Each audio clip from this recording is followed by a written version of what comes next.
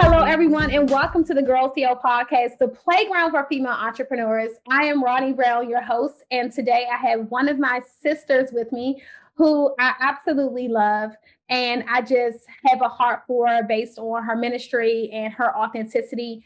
Can you just go ahead and introduce yourself to everyone? Sure. First of all, thank you for having me on the show. You know, I love you. You've been a part of the Woman Evolve movement. I've been admiring you from afar. So anyway, I'm Sarah Jakes Roberts. I am the founder of Woman Evolve, the author of the book Woman Evolve, and Ronne Brown's fan club chair board member. We're gonna fight. We're gonna fight. Well, let's go ahead and just jump right into this. Guys, let me just say this. Not too long ago, I had the privilege to speak at the Woman Evolve conference and just watch Sarah birth this baby and turn it into a reality. I remember us talking, and you're like, "I'm doing a conference." And I'm like, okay, like you're doing a conference.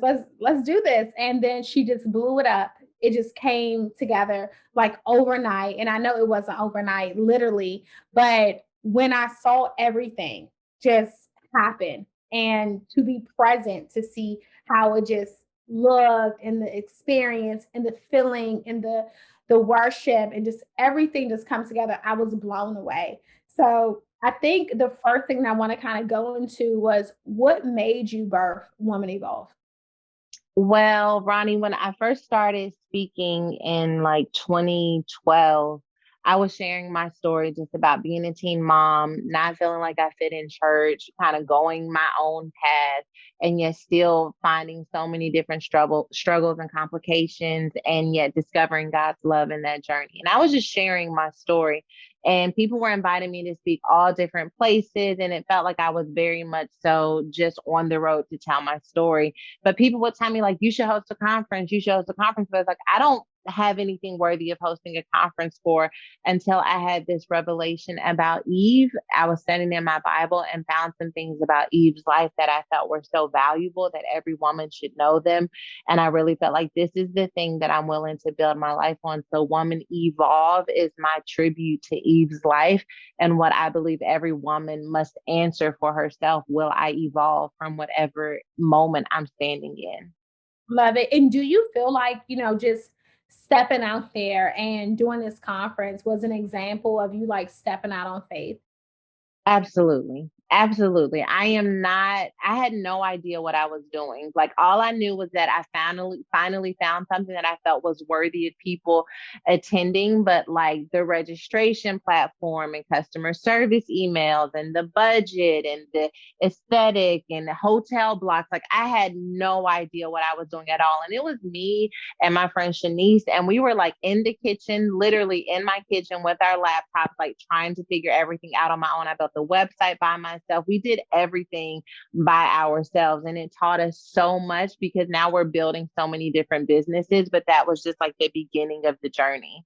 Yeah, and one of the things that I think people need to know is that you are a human being, right? Yeah. And that you are normal, right? You're not just like, oh, she has it all together. And I think that a lot of people believe that you have it all together. It's all laid out for you. You don't have to lift a finger, putting together the Woman Evolve brand.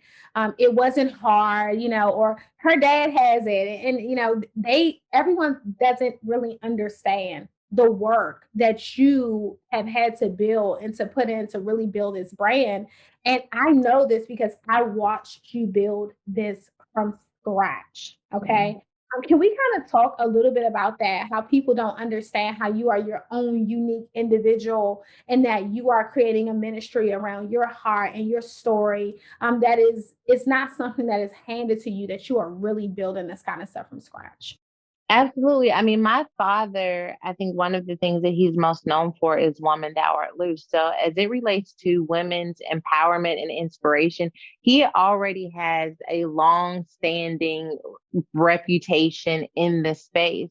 I really felt like I was speaking to a demographic of women who had been forgotten. The only thing about speaking to a demographic of women who have been forgotten is that there's not a whole lot of buy-in when you say that I want to host a conference for these group of people, because no one really knows whether or not they'll come. No one necessarily believes in the mission and the vision.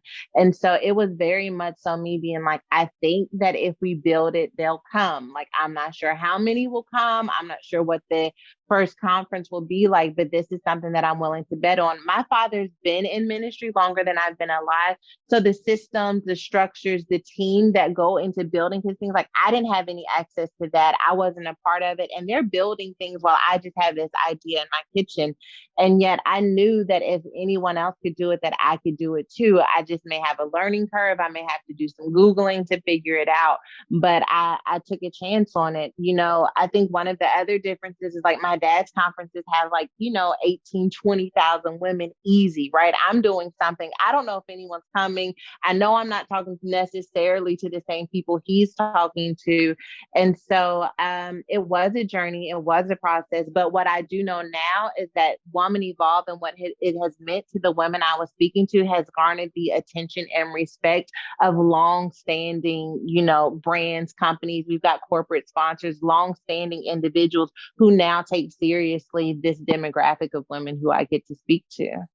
For sure. And guys, let me just tell you this. She's not fluffing it. Like she's not fluffing it at all, because a lot of you all don't understand that she is so hands-on. I remember, being on the phone with you late at night while you were trying to build this conference and, in Trello and going step by step. Guys, she was 100% in it with making sure that this vision came true. One of the things that I really want to kind of talk about is that demographic of women. Who is that demographic of women? So they're millennial, they're Black, they're progressive, they're spiritual, not religious. They don't necessarily do church, which is why I couldn't have hosted it necessarily through a church, because that's kind of a turnoff for this demographic of women.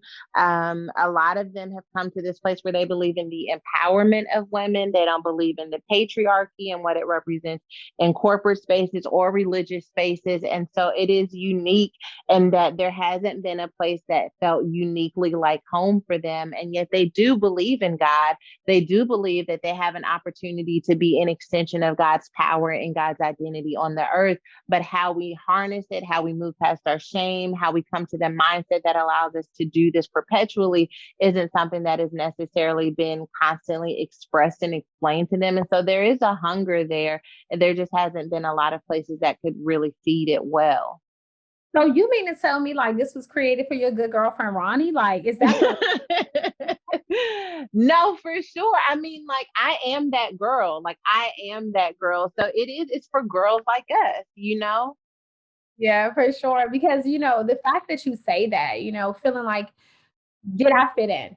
Can we kind of talk about why do you believe that a lot of women feel like that in the church setting? Because I've felt like that. Like, is this me? Like, I want to be myself and still love Jesus. Why do you think that so many women struggle in that area?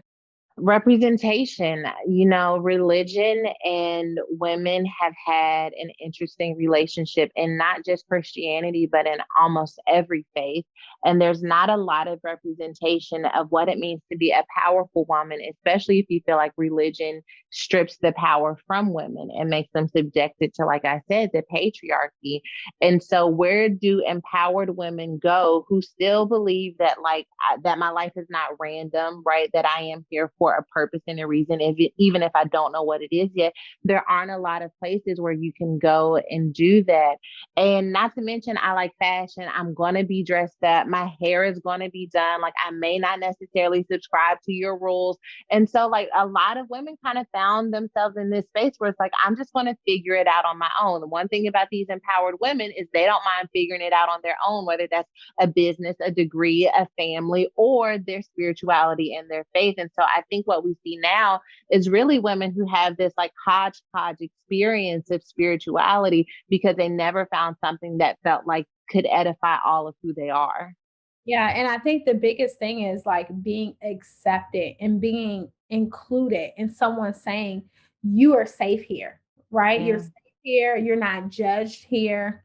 No one is going to talk down on you here. We know that you have had issues, but we're loving you where you are. And I think just being in a space where you get more of that. I remember coming to the Woman Evolve conference and sitting beside women that I didn't know, and they were like, "Girl, what you doing here?" Like, what's going on? Oh my gosh. And just accepting me, right? And just loving up on me. And the environment was just different. It was a mix of everybody, It Yeah. was the fly girls, the fashion girls, the wig girls, the preaching girls, the business, a little bit of everything at that conference. And I love that the approach isn't, okay, let me shove this down your throat. Come as you are. And this is a safe space. And it really takes me to you having to go through that, even as a teen mom. You Yeah. know, a lot of people don't understand how people view you as a teen mom. I was a mom at 16 years old. And by the time that I was 25. I had 3 children. Lord, they Yeah. told me, they were like, baby girl, you were gonna be on welfare. Like, your life is over. It's done. Um, how did becoming a teen mom play a role in who you are today? Oh, girl, we could be here forever talking about that. One thing I will say, Ronnie, because I've been thinking about this a lot. If you are anything else that breaks like a church rule, whether you're not at a church that is affirming of, same-sex relationships, or you have an alcohol problem, or like whatever of something whatever your thing is that makes you feel isolated from church, generally there is a community outside of the church where you can go to and still feel accepted. At the bar, they'll still welcome you. They have all types of communities now that are safe spaces for people who are same sex attracted. Like there are all these different spaces where they say, you know what, we love you. It's okay to be who you are. Like you're on a journey. AA is it. Like there are all these different places. But when you are a teen mom, there's nowhere for no one's applauding the teen mom, not in the church, not at the school, not at the grocery store. Everywhere you go, there is this stigma that says, I no longer have worth or the same worth as someone else. I no longer have the same value as someone else. And so the trauma of that either makes people feel so ashamed that they are stagnant and can do nothing at all, or you have people who say, if you sleep on me, you're going to miss me. And I feel like that is kind of where I settled into this identity of like, y'all think I can't overcome this. You all think I'm going to be stuck forever. And I'm about to show you that this will not be the end of me. Now, in the process of doing that, went to college, dropped out of college, waitress at a strip club, got a job as a receptionist, I did all of these different things, but I never gave up on this idea of like, this will not be the end of my story. It won't be the end of my journey. I just wasn't trying to partner with God to do it. And I feel like that's why I experienced a lot of setbacks. But when I finally partnered with God, I saw my life change. And how was that, being a preacher's daughter, just breaking that news to your parents? I know for me, I hid my pregnancy until I was 6 months. I covered my stomach up with a fanny pack, right? How was that breaking that news? Like, what were just some of the things that were going through? So my parents found out when I was 4 months pregnant. My sister told them. I did not tell them. And it's so funny. Like I was on the Breakfast Club and they asked me like, your dad said you hid your pregnancy. Is that true? And I was like, yeah, why would we be telling anyone we're pregnant? Like when you're a teen mom, you're not like, when can I share the news? No, I'm trying to figure out what I'm going to do. So my sister told them. They were shocked, obviously didn't see that coming. And I think their response, their reaction is what let me know like this is something that's going to change your life forever. Because at the time, I didn't realize the gravity of what it means to become a mom when you're still a child.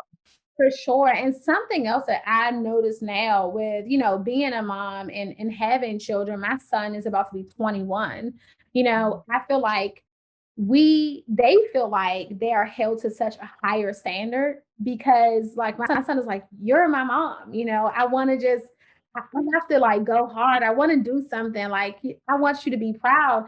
And I just want him to be happy Yeah. and whatever it is that he does. And I tell him, I'm like, you don't have to be the super successful person. You don't have to have it all together. Like, I just want you to come as yourself. And whatever it is that you go through in life, I want to be there for you. And I want to support you. If you tell me that you want to go freaking sell rocks in a bag. We selling rocks in a bag. You know, if you tell me you want to go work a 9 to 5, as long as you are happy with what you're doing, I just want to support you in what you're doing, So I always tell my son when it's time to have those difficult situations, don't look at me as this super successful mom that is perfect and has it all together. I want you to be able to come to me and have the difficult conversations that we need to have. Did that play a role in like the fear of you like telling your parents when you found out you were pregnant? For sure. I mean, I have high achieving parents. And what do you do when you have a setback that's like, this is not an achievement? As a matter of fact, this could be a major setback. So that definitely played a role. And I think because I was so young, like I was 13 when I got pregnant and 14 when I had Malachi, I thought I was going to get in trouble. Like I was like, I don't want to get in trouble. I don't want to get in trouble. I didn't even realize like how this was going to radically change my life. And so I think fear of rejection, fear of not making them proud, fear of failure is part of the reason why I didn't want to tell them. And I think that those feelings were only intensified after they found out. For sure. And I know that being a mom at 13, 14 years old, it definitely grew you as a woman. For sure. I do think that part of my work ethic, because suddenly at 13 years old, like you're no longer thinking about high school and prom and stuff. You're like, I gotta feed somebody. Like I'm gonna have to take care of someone.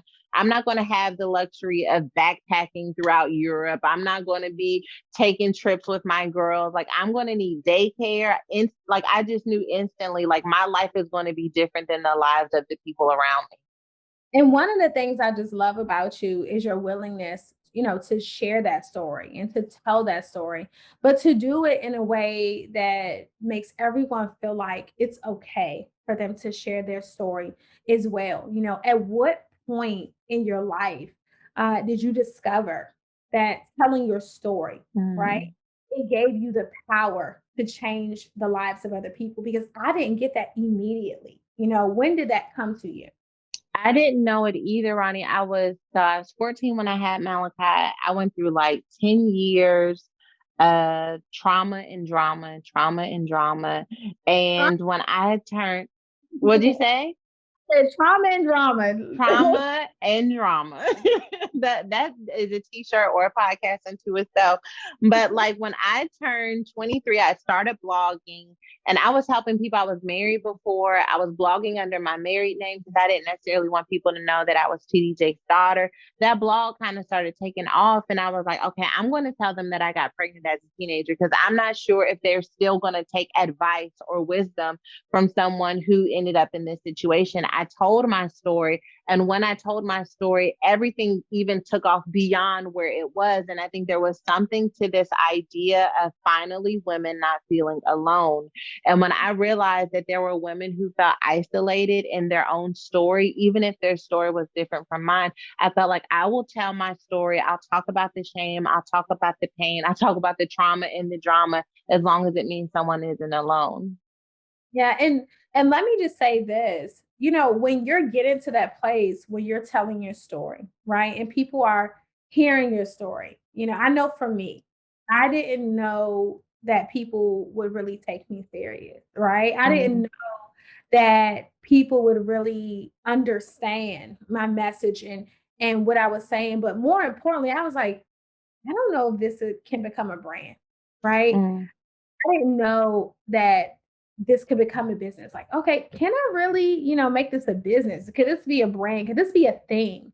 Right. I believe that the confidence is not always there when we say, okay, maybe I'm on to something, right? Yeah. When did you truly start believing in yourself to a place where you're like, okay, I can really start using my past experiences and my past failures to really, propel me forward and turn this into a brand like, yeah, okay, this is really a thing here. I'm needed, I think in my instance, it wasn't like I intentionally knew it was a brand. I think people's response let me know it was a brand. When I started seeing who was talking back to me whenever I said something, I realized that we had a certain look. We had a certain culture. We had a certain way of speaking. And I realized the more that I studied the culture of who was following me, what it was they were receiving from me. And then it was like, once I understood what they were receiving from me, it's like, how can I offer them this in different packages, in different ways that help them to feel this in different areas of their lives? And so I think that it became like a brand on accident. And that now I get the opportunity to just be intentional about giving them more of what helps them to become better. Okay, so girl CEOs, I really want to kind of rewind this because I want you all to take just a little something from this response. The response was, okay, the response was one thing that I want y'all to catch here was the fact that she said the response that I got from people. Because we're always asking, I think the question that I get the most is, Ronnie, how do I find my purpose? Everyone asks me that. I'm sure your inbox is probably For full of, sure. how do I find my purpose? How do I know that this is what I'm supposed to be doing? Right? That is always the question. How do I know that this is my purpose? But what you said is the answer to that. And I tell people when we are serving or we are providing something, we will know that we are operating in our calling, we are operating in our purpose because of the feedback that we get from the people that we serve. So I just want to stress this. Sarah, is there anything that you would say to people who are listening to this, who are struggling with finding their purpose because they're going back and forth. They may be starting a business, or they may have a hustle, or they're just trying to figure it out. What would you say to these women? Man, okay. So one of the things I talk about in the book is purpose because, like you, I get this question a lot. And I will say that I did not find purpose. It sounds so cliche, but purpose did find me. And the way that purpose found me was that I recognized that what I was doing added value to the world. Purpose is what you offer the world that adds value to the world, which means now we're not necessarily talking about what should I do for a living or how, whether or not I should write the book or whether or not I should do X, Y, and Z. It's like, what is it that I can do even today? Like maybe I haven't started the nonprofit yet. Maybe I haven't started the business. Maybe I haven't written a book, but what can I do today that can add value to the world? And so if that is serving others in the capacity that you serve, to then ask yourself, how can I become more intentional about serving a certain group of people? And so purpose is about adding value. Purpose is my opportunity to reflect heaven on earth. And I believe that we have the opportunity to be in purpose when we're at the grocery store, to be in purpose when we're on the job, to be in purpose when we're raising our children. And if we want to take it a step further to become even more intentional, what gifts and talents do I have that I can attach to purpose that continues to make the world a better place? Wow. Wow. And one of the things that I love, even about the book, because I've already got into it, Mhm. I have to just say this.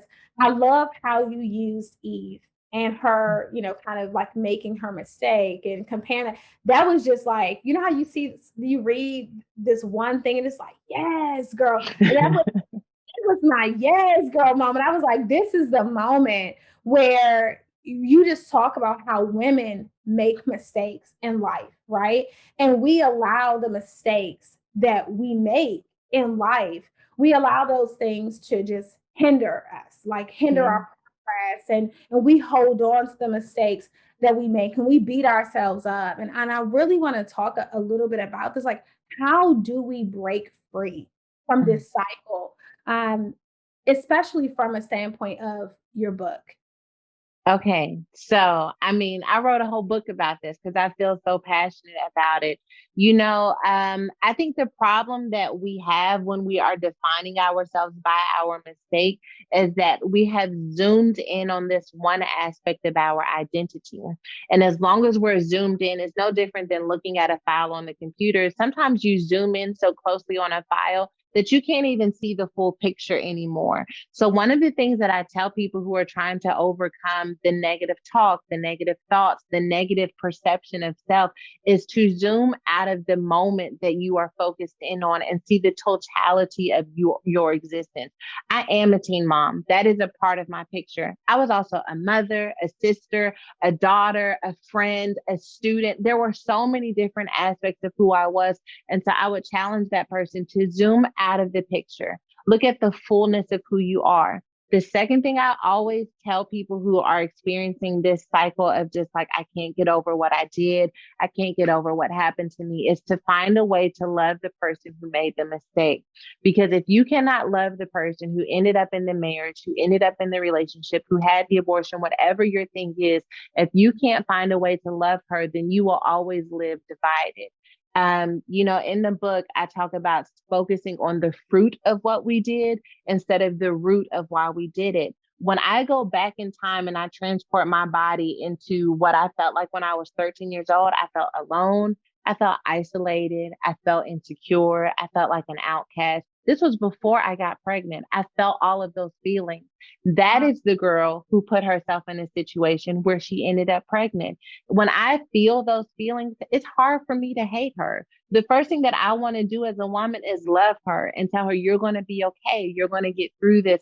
And that's how we have to talk to ourselves when we get stuck in those negative thoughts about who we are, even as women, not just children, but even as women when we make those mistakes.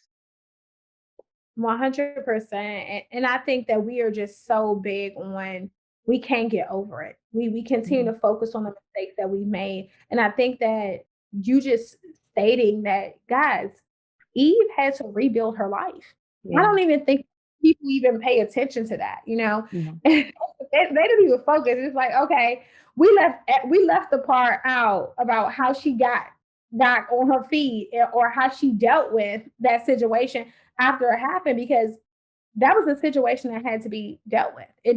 We just skipped that part, you know?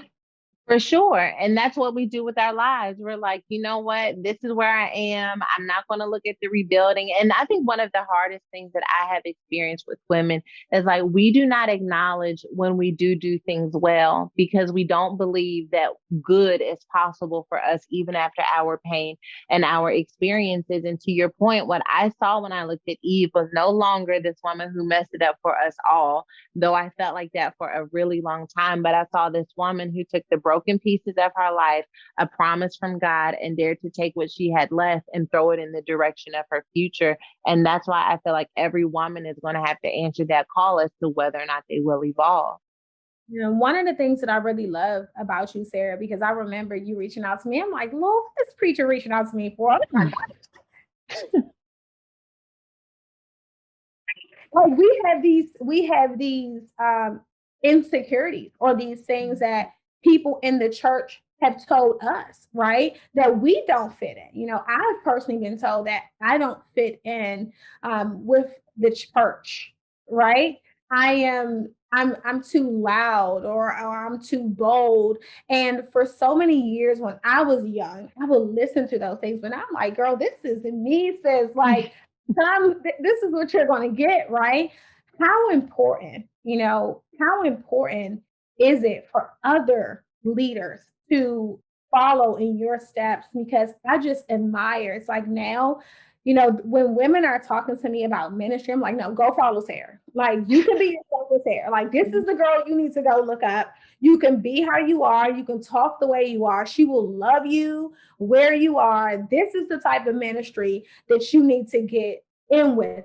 How important is it for other leaders to follow in these footsteps? Because you just make everyone feel like it's okay to be yourself. That's what Jesus did. Jesus made everyone from the tax collector to the woman with the issue of blood to the woman with the many husbands feel like it was okay for you to be where you are, wherever you are, the woman caught in the act of adultery. Like, it's okay for you to be where you are. I think we're at our best as Christian leaders when we're making space for people to be where they are. You know, we are in a generation where transparency is of the utmost importance. We're in a generation where you can Google anything you want to find out. And so the days of religion that basically told you to sit down, be quiet, and accept what I say, those are coming to an end because there are people who cannot just accept what you say. I want to research it. I want to know if you're actually living it. And if you're living it, do a how-to video showing me how to actually do it. And so I do think that other leaders are going to have to embrace the beauty of not knowing, the beauty of saying, I can't answer what's happening in your life. I can just share what's happened in my life. But at the end of the day, if you get to God, I believe he'll sort everything out. There's a humility that has to come to leadership in order for us to really find ourselves worthy enough to handle someone else's heart. The other thing I will say is there are as many churches as there are restaurants. If you don't like McDonald's, you can go to Burger King. If you're not feeling Burger King, you can go to Ruth Chris. There are so many different opportunities, spaces, and environments that have the potential to feed someone where they are. And so, you know, it's hard. I tell people all the time that I feel like as a pastor, it's like dating someone who was cheated on by everyone they've ever been with, is that there's such a skepticism when it comes to faith that you just have to make sure you stay on your square so that people feel safe enough to continue to walk with you. But having said that, go into any church environment, any spiritual environment somewhat guarded because it is your soul, it is your spirit. But if you find that space that feels like maybe I can find rest here, to slowly allow your guard to come down so that you can experience the fullness of transformation that comes when you're connected with the Most High. Yes, and you guys, let me just tell you, when when she speaks, this is what she needs to do. She practices that very thing because there have been moments when I have called her, and most people are just like, "Yeah, girl, I'm gonna pray for you." Everybody hits you with a girl, I'm gonna pray for you. Don't worry, I'm gonna pray for you. But sis was like, let me tell you this. Like it was straight up. And it wasn't the I'm gonna lay the hands on you and I'm just gonna pray for you. Because I think we as Christians, we get in the habit of saying, I'm gonna pray for you, I'm gonna pray for you. But sometimes you need some feedback. You need someone to talk to. And there were moments when I called up sis and I'm like, listen, sis, and she's like, listen, you know, This is where we are. where we are, sis. Okay. And that is just so important. Another thing that I want to stress, Women Evolve is not just a book. All right. Women Evolve is a movement. And a lot of people don't know that this is not just a book. This is a movement. It is a movement that says, women no longer have to choose between being successful and being a mother, being a friend and putting self-care first. Why is it important that women understand the mission behind Women Evolve overall? Well, because we're all evolving at every stage and phase of our journey. I think we bought into this lie as kids that once we hit a certain age, then we'll finally feel settled. And one of the lies of adulting that we're discovering is that I feel like I'm constantly in a classroom. I feel like I'm constantly learning and relearning. And so Woman Evolve is about one, giving a woman peace about wherever she is in her journey, but also making sure that she has tools so that she doesn't feel like she's stuck there forever. So when we first started Woman Evolve, I initially thought we should host a conference, but then I started hearing what people were saying after the conference experience. And I'm like, how do we take what we're doing here for the weekend and really make sure that it's available to women year round? And so we started working on the subscription on demand channel. We have the podcast, courses, events and tours, virtual opportunities to make sure women feel like they have all of the tools from mental health to financial to spiritual to studying the Bible, like whatever it is that you feel like you want to understand about parenting or single or marriage. Like, how do we answer these questions? And not just from myself, but from different women who are experts at it. Like, I'm not trying to be the one who feeds you everything. You may not like what I cook, or you may not be hungry for what I have, but I do have a network of women that I believe can be beneficial to wherever you are on the journey. And so I want to make sure I'm connecting women with what they need. Yes, and you feed the women from all areas, whether it's spiritual, whether it's relationship. I'm seeing sis cooking, come on, sis. Okay, let's go. But Now, the thing that I love most is also the fashion. I love to see you dressed up and the looks. I'm like, sis, give us looks today, right? It's a little bit of everything. It's like this modern day woman. And I think, my biggest question would be like, what does it mean to be a modern woman of faith to you?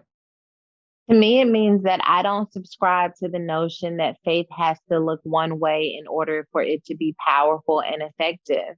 That faith can be packaged in different body types and different expressions and different cultural languages and still be just as potent and powerful as what we saw Jesus walk in. That's what I believe wholeheartedly. I'll also say this, that a modern woman of faith doesn't necessarily mean that she's in a pulpit. I see what you're doing and how you're galvanizing women to really overcome where they've been and to show up in the world brave and courageous and powerful and intelligent.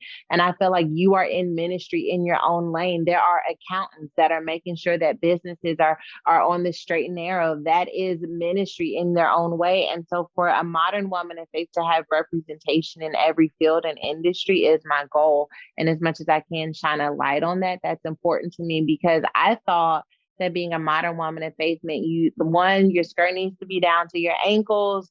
You need to prophesy and speak in tongues 24/7. And if you're not prophesying and speaking in tongues 24/7, you are possessed. It's not like you're just okay. You are possessed by the devil. And then you need to have the devil cast out of you. And it just didn't give a lot of space for people to be on a journey. You're gonna make my ponytail fall off, okay? It's hanging on by this much. Okay. Possessed by the devil part for me. Okay.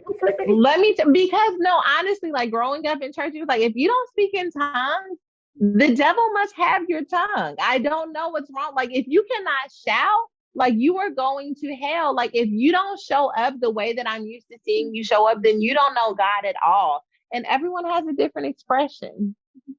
Let me ask you this: as you are a CEO, you are a mom, you are a wife, you are a speaker, you are a media personality, you're into philanthropy. I mean, everything that you have going on ministry. How do you juggle it all? I don't juggle at all. I pick up one thing at a time.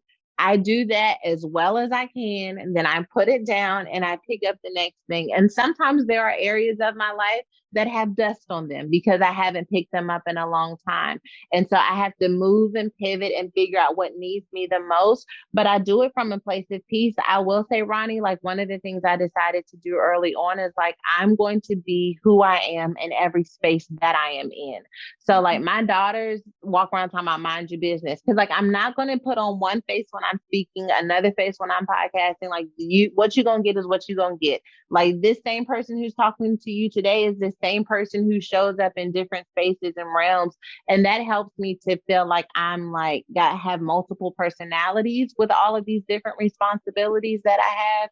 And then I also know when to say no and to start over and reboot and restructure because I don't want my life to have dominion over me. I want to have dominion over my life. And do you feel like the church has made women fearful in that area of being themselves and who they are at all times? Because for me, it's just like, this is me, baby. Like, this is what you're going to get when I come. This is myself. It's like, I love Jesus. I might twerk a little bit, but I love Jesus. Like, I'm struggling with cursing, but I love the Lord, right? It was the twerk just now for me. But do you believe that it's the church that have women afraid? It's like, okay, off camera, you're one person. All right, we're here now. Let me get it together. Even to the point where like we're changing our voice and like how we talk. And I'm showing up. I'm like, girl, I love the Lord, sis, but I'm not about to give you the Harvard customer service voice today. You got, where do you feel like this comes from? Okay, so I feel like that's a layered question. I feel like there are a lot of different spaces within church. When we say the word church, right? we're talking like a broad group of people, right? It's like, do you think restaurants are the reason why we have E. coli? Because it's like, it depends on which restaurant you're talking about. You know what I mean? Like, there's a broad expression of what it means to be a community of faith. Having said that, I do feel like there are particular representations of faith that have taken the main stage and have become the place in which we attribute everything church related to. Um, I don't know that we have always had safe spaces within church to navigate authenticity and vulnerability and transparency. I think everyone felt like, you know what, you need to be like Jesus. And if you aren't like Jesus, you need to hide whatever part of you is not like Jesus. And yet we have this truth that none of us are ever going to get there, right? And so there is this weird dance of, even though I'm never going to be like Jesus, that doesn't rob me of the responsibility of at least attempting to clean up my act so I can move towards that goal. But also, I realize that humility says that I'm still going to be in process until the day that Jesus takes me home. So I do think that we have to do a better job in church communities of making sure that we ourselves acknowledge our humanity and our authenticity. And the last thing I will say, especially as it relates to women, like, women have not always been empowered in church. I'm thankful that, like, my father and Woman Thou Art Loose has always been about empowering women. My husband empowers me. And so I have representation of what it means for a man to empower the voice of a woman and for that voice to continue to grow because of that empowerment. And I hope that people are able to take notes from what they're seeing happen in my life and begin to translate it into what they can do for the other women in their churches. Wow, powerful. And the key word was growth and process, right? We really have to understand that we are all growing, even myself. We all have areas that we are growing in and that we will need to grow in. So I love that, Sarah. Is there any advice that you would give to your younger self right now? No, because I wouldn't have listened.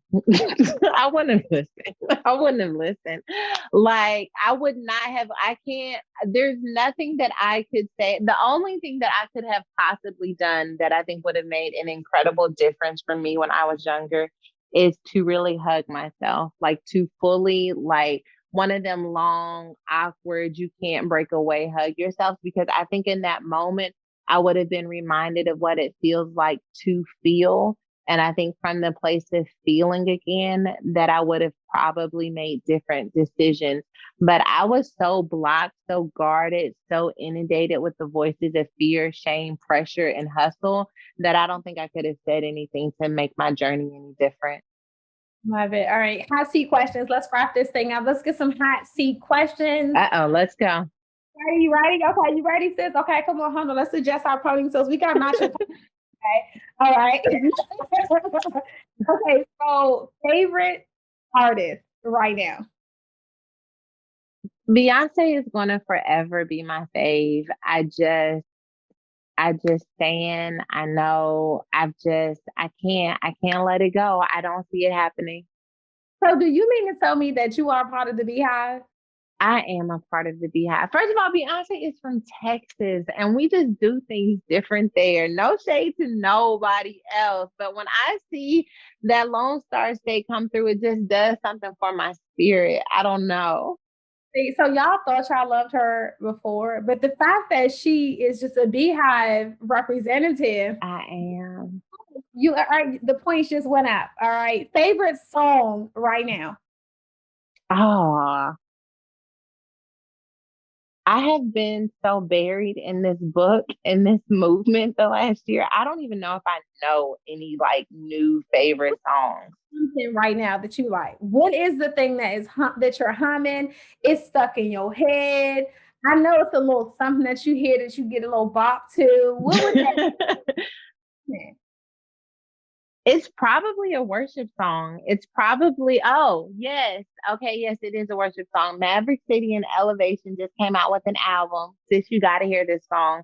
It's called A Million Miracles or Miracles on Miracles. It's like, I've got miracles on miracles, so many miracles, I can't even count them all. And that song blesses my life. Okay, y'all go check that out. Go check that out. All right. Favorite self care practice. And before you answer this question, I just want to stress this. You sent me a gift And I absolutely loved this gift. It's a whole box of goodies. All right. Yeah. It was literally like a self-care box. Of course, I have my Woman Evolve book. So you guys make sure you go get yours. Don't be jealous. Just go get it. All right. But I got my Woman Evolve book. But I loved it because it was so much cute self-care stuff in here, from candles and just facial goodies. And I mean, I have a little bit of my favorite rose water, right? Like everything that you can possibly think of. So what would you say your favorite self-care thing is? I have a scalp massager that guy has really used to restore my edges. Yes. Your scalp massager. I have Listen. it's like a full on and it's like a thing and it just does a thing and I love doing that. And then I will say in the mornings I drink like aloe and lemon water and I just like look out into the distance and that is like self-care for me every morning is like taking in my life. Yes. And let me just ask you this, because as we know, you don't play when it comes to your wigs, right? I watch Yeah. her videos and I'm like, sis have all her girls with her wherever she goes. Is the scalp massager for when they're on, or do, do No, it's for when I have these set it off Cleo cornrows out at nighttime. I do have to tell you though, my massage game is funny though, because when they try to go for that scalp, I'm like, do it if you want to. It'll be in your hands. so beside your courses, which everyone on here, ladies, if you are listening, you definitely want to go sign up for Women Evolve. Let me just tell you, it will get your spirit all the way together. Besides Women Evolve and your book, which everyone is definitely going to go buy after this podcast, I'm sure. What is something that you are reading right now? I just finished a novel by Kristen Hanna called The Four Winds. I love fiction books. And Okay. right now I am almost halfway through Get Out of Your Head, Getting Out of Your Head by Jenny Allen. Oh, I love that book. I love that book. Oh yeah. It's Yes. good. It's good. Really, really good. And what is something that people may not know about you that you want them to know? Mm. Probably that I'm socially awkward. Like I'm not like even though people know who I am, I'm not the type of person who like owns a room. So like if people ever see me out, it would be better for me if you just ask me like, "Oh girl, where you get your wig from?" than to be like, "Oh, how's the weather and where are you?" Like I'm not good with that. I don't do small talk very well. Really? It's not my thing. I went to Arian Simone had an event in LA honoring all of these different women, and I was basically like a fly on the wall because I don't know how to just like I'm not an extrovert. I'm really introverted. Oh my goodness. I maybe because I'm so like forceful or like, Yeah. I was like, girl, let's talk about today. It's a little different, but I think a lot of people need to know that, because what I've noticed in business is people tend to mix people being introverted with being mean. Everyone's Mm. comfortable. Just because someone is an introvert, you may think they're mean. People they just lock up sometimes. So yeah, thanks for telling us that, because when you up on that stage preaching and that hair bouncing and you got the heels on, they would definitely think the mother is all for it, right? And she is not awkwardly Mm. nothing. Let me tell you, when I am out in a room, like my husband is like, he's like our spokesperson. Like I'm not necessarily the person who needs the spotlight. My sister's like that too. Growing up, people used to think I was mean because Cora would just talk loud and talk to anyone, and I would say barely nothing at all. Wow, wow. Well, sis, thank you so much for joining us today. I want to just make sure people know where they can go and get this book. So, can you let them know where to go get their Woman Evolve? I got mine. Sorry, y'all. Don't be jealous. Where can they go get theirs? Is it on Audible? Is it anywhere in the bookstores? Tell us where they can go. Okay, Woman Evolve is at Amazon, Barnes and Noble, Indies. I do have it on Audible as well, and obviously ebooks too. So to all of my girlfriends on here that are just like, Ronnie, best friend, I'm busy. I want you to get this and download it so you can listen to it in your car while you are riding to work. We want no excuses. Get yourself together. All right, go get this book. And Sarah, where can they come and follow you? Give us the Instagram, the website. We want the membership. I need to get connected. The girls. Okay. Instagram and Facebook, I am at Sarah Jakes Roberts. And then you can go to womanivolve.com to learn about all of the different tools and resources we have to help women get their lives together. All right, y'all. Make sure y'all go subscribe to my good girlfriend. All right. I love you all. And thank you for tuning in today to the Girls Heal podcast. I'll see you guys on the inside. Bye.